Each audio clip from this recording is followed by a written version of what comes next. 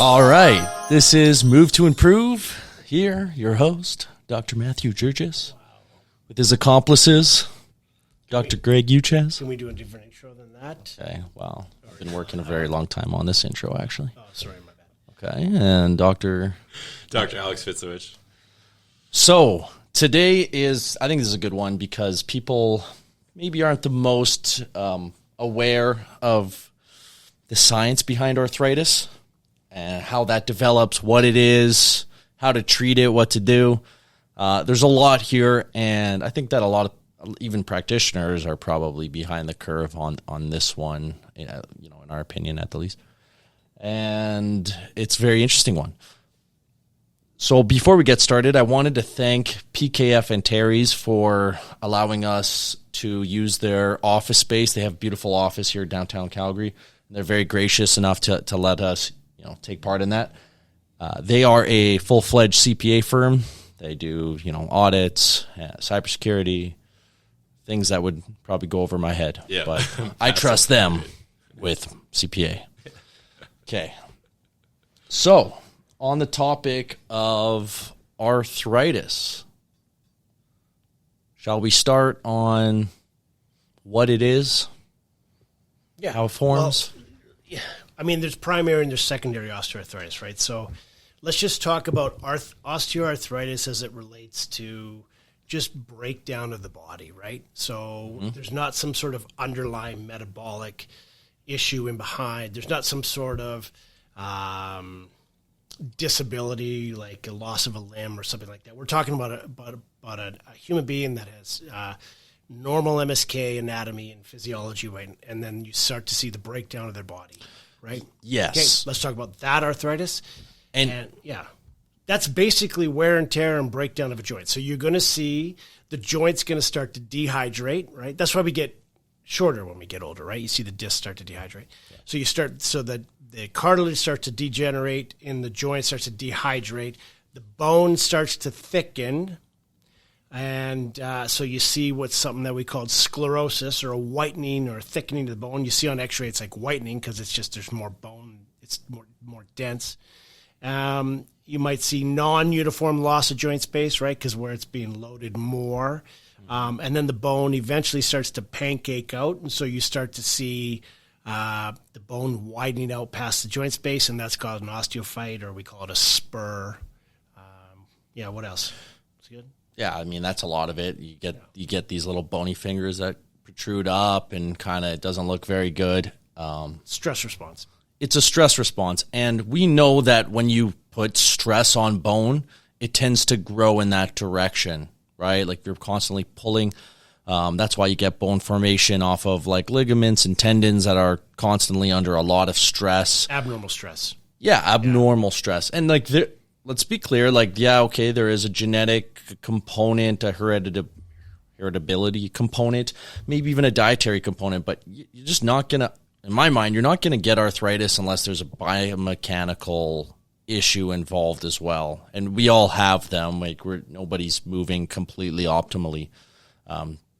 So based on that, I think the real point of interest here is there's been this idea of the wear and tear model for arthritis for as long as we can remember, which is basically you have X amount of mileage on your joints and you use them every day and you're slowly putting mileage on it like you are a car, and it's kind of irrelevant of how you're moving is a kind of model that's been portrayed out there. Yeah. Like you have an expiry date. Like you can only bend your finger 1,000,000 times, and then after that, you're going to get arthritis or whatever it is. For sure. And then that brings in the whole thought process of like, wow, I'm old. Now I have arthritis because I'm old. And so I should just stop exercising as much. And that's just the natural progression of things. And you kind of throw up your hands. And losing my mind right now. Yeah. So there's new research coming out. There's a more nuanced understanding of how this happens. If you look at some of the research studies we've looked at in the past, like the whole concept was kind of litigated back in the 80s and 90s even, right? Yeah. So people aren't staying on top of all the literature and they just go by old myths. Drives me. Okay. Should we talk about it? We should talk about it. I just want to say this is one of the biggest professions for like some guy said some stuff in the 80s, and now we believe that 40 years later, regardless of what new research comes out. So let's talk about what causes osteoarthritis, right? The normal wear and tear breakdown of, say, a load-bearing joint like a knee or a hip. Okay, fair? Yeah. Yep. Because I'm lately more than ever losing my mind at hearing, and I'm sorry, family physicians, but oftentimes family physicians saying to patients, you shouldn't run, you're going to destroy your knees. It drives me batty that impact forces are causing osteoarthritis. That is not true. Repeat, that is not freaking true. Yeah. Okay, so let's talk about that a little. So if impact forces caused osteoarthritis, every single marathon runner, every single soccer player, every single elite athlete should have arthritis to the point where they can't even walk anymore. That's ridiculous. Let's get the concept down. Joints don't absorb force. That's really, really important. It's a weird Joints don't absorb force. Take your knee, for example. Impact force. You contact the ground when you're running. The forces go up the leg. The knee redistributes the force. The force is attenuated by the muscles, almost all of it, and a little bit by the bone. But the joints are designed to redistribute force in a normal movement. Now, that's that. There's a little asterisk there, right, guys? Key part. That's the key part. That's the key part. All the literature shows that the wear and tear concept of osteoarthritis is garbage. It is garbage. It doesn't hold water.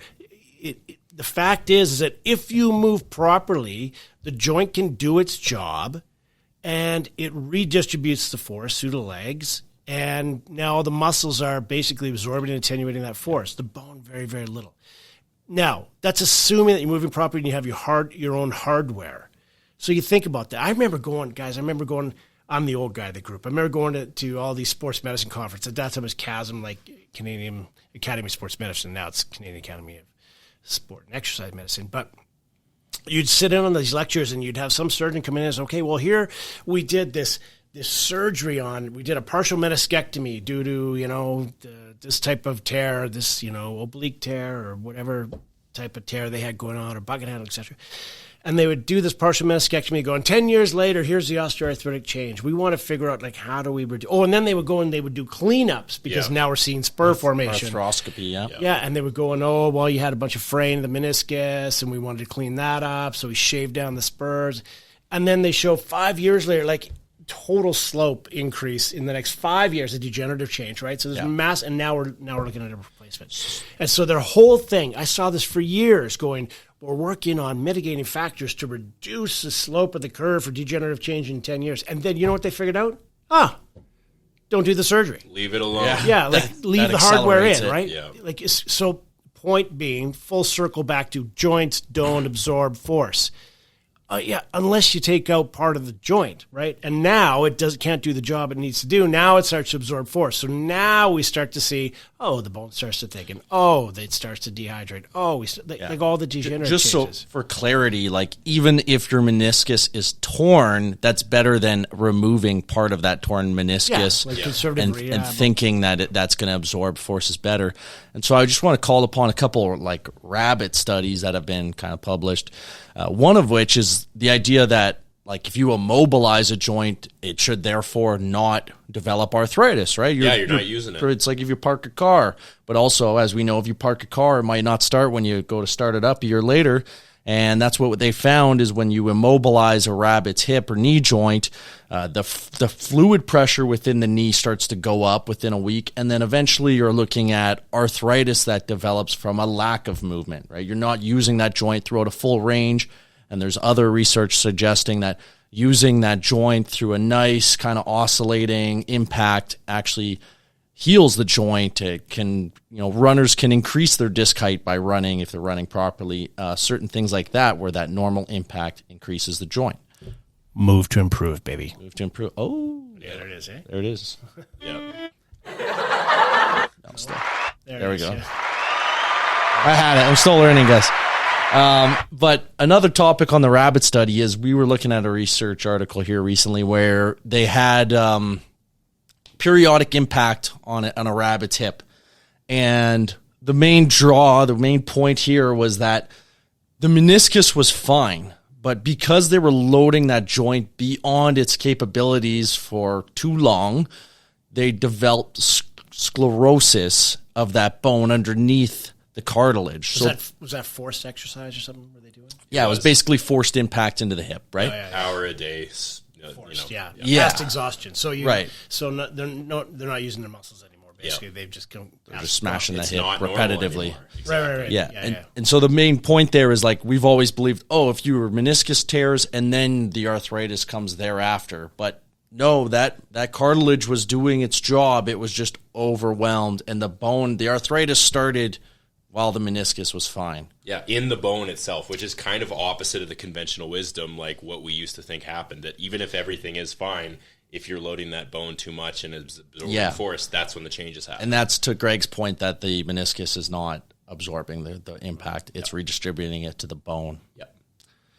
Yeah, we actually expand on that just to explain it. So in the classic theory of wear and tear, the first thing that should happen, you should see with arthritic change, is you should see that's the softer tissues like the cartilage starts to dehydrate. So you should see on an x-ray, right, radiographic imaging, you should see non-uniform loss of joint space. So you're going to see part of the joint's going to kind of narrow out.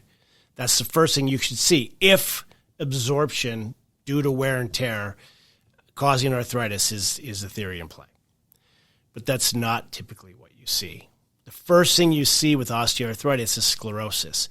And that's because the muscle is not absorbing the force as much. Like, remember I said at the beginning, joints don't absorb force. It's the muscles attenuate 95% than the bone. So if the muscle starts to break down, now the bone's doing more work. Joint's still not, having a problem. So the first thing you'll see is sclerotic change, right? And that's what we see. That's what we see. We don't see, anyways. So that's what we're talking about with this. To build off that, there's a lot of research based on exercise and its risk in developing osteoarthritis. Yeah. And to be fair, there is, if you're somebody exercising like crazy, you have a higher risk of arthritis, but that association is not seen in your typical exercise people.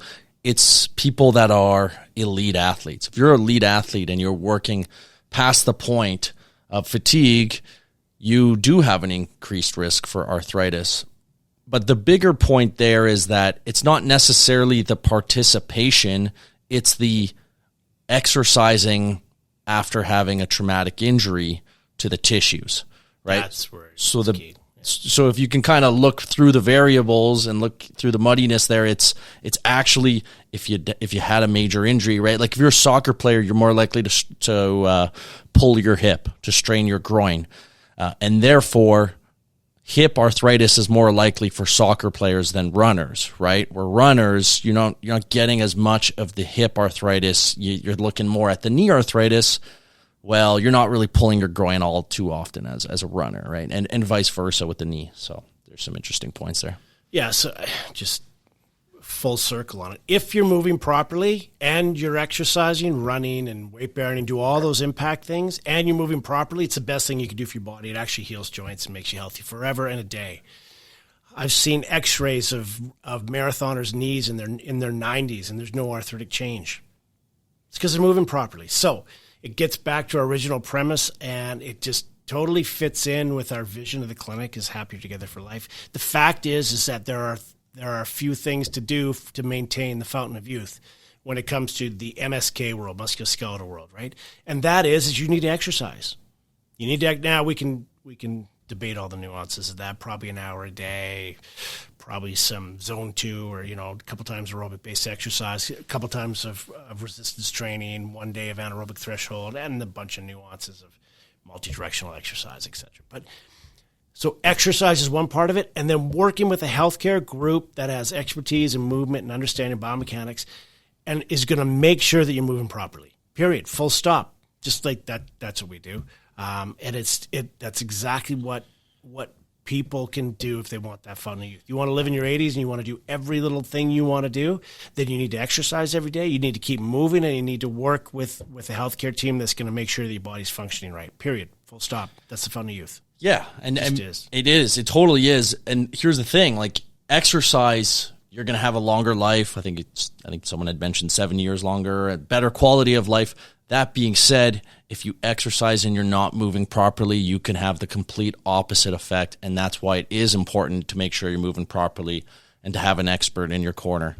On your joints and the muscles and skeleton, right? Because exercise will still give you the benefit metabolically, but you're going to break your system down musculoskeletally. Yeah, and then you can't exercise. The thing I always say in a lot of different ways is the difference between making a blister and making a callus, right? If you do something too fast, too hard, too intense, past the zone of intensity, past breakdown, form breakdown, technique, whatever it is, you're going to get a blister. That's when you get the injury. But if you just push it a tiny bit, let the body heal, repeat that for years or decades at a time, you're going to get that callus, you're going to make your muscles stronger, your bones stronger, all these different benefits. Yeah, for sure. And I think this is obvious to people when they see someone with an obvious limp. Like, oh, of course, they're jarring their joints, and you feel the pain shortly after you develop a limp. You're going to feel it, and you will develop a lot of arthritis in the leg. If you've ever met someone with a limp for any prolonged amount of time. Now, think about that in pretty much everybody to a lesser degree and in different motions, whether that be the shoulder or the neck or the low back or the ankle, like that. There's a form of a limp that is occurring to some degree, to varying degrees in everybody. Yeah, it's the crappy posture. It's the not taking care of, what you need to take care of, sitting at your desk crappy, sleeping improperly, right? But if you can take care of those and start to get rid of all those aggravating factors, you just take all that unnecessary stress off the body, and now you're moving properly again. That's what you need to do. Yeah, and it's not always intuitive because we don't use our bodies like they've been evolved over, hundreds of thousands of years or longer, really. To be using, you're not climbing on a daily basis. You're not running down in different directions. And our exercise is very kind of focused in one direction. And it definitely helps to have someone to guide you along. That's a whole other podcast. Yeah, that's a great human evolution and why our low backs get so screwed up. That's our next one. Yeah, I like that one for sure. You couldn't stay in your cave after you hurt your ankle for 3 weeks. You had to go get your food, right? So you had to use it. Body heals with movement. Yeah. Anyways. Yes, exactly. Yeah. Okay, well, I think we hit all the big points here. Unless you guys have anything to add. No. Take home is impact forces do not cause osteoarthritis. Don't let anybody tell you that you shouldn't be doing that because it destroys your knees or your hips or your back that's not true. You can load the hell out of the body as long as you load it properly, and it is excellent for it. In fact, if you load the body properly, it shows that it can decrease the incidence of osteoarthritis. So, you just got to move properly. You got to get going with proper technique and load it up properly. So work with people that know what they're doing and get out there and do all the stuff you love. Yeah, and I just have to add this, just because you feel like you have a strain and you're like, well, the pain's not that bad, I can bear it. Well, irrelevant of the pain, you're moving differently because of that strain. The muscle's not functioning entirely at its best. Yeah. And so that compensation will develop arthritis over years. So you can look at it and be like, wow, this is an injury I can shrug off. I only notice it when I'm really pushing hard. Well, no, it's having an effect on your body that's going to show itself in decades later, potentially on an x-ray when you find out you have, severe arthritis, right? Yeah, you've just been compensated for it forever. Yeah, it's like everything that the pain signal is the check engine light. It's the last thing that comes on. And you don't notice it, you're never like, oh, my joints are grinding together, I'm developing arthritis. But you do that for decades, and that's what happens. Yeah, a lot of these strains are very subtle, are not like your big, obvious, bruised strain, right? Yep. Anyways, thanks for listening. We really appreciate it. We're Move to Improve. You can check us out on YouTube and Instagram and, of course, Spotify, iTunes, all that stuff. Thanks for the listen, guys. Take care.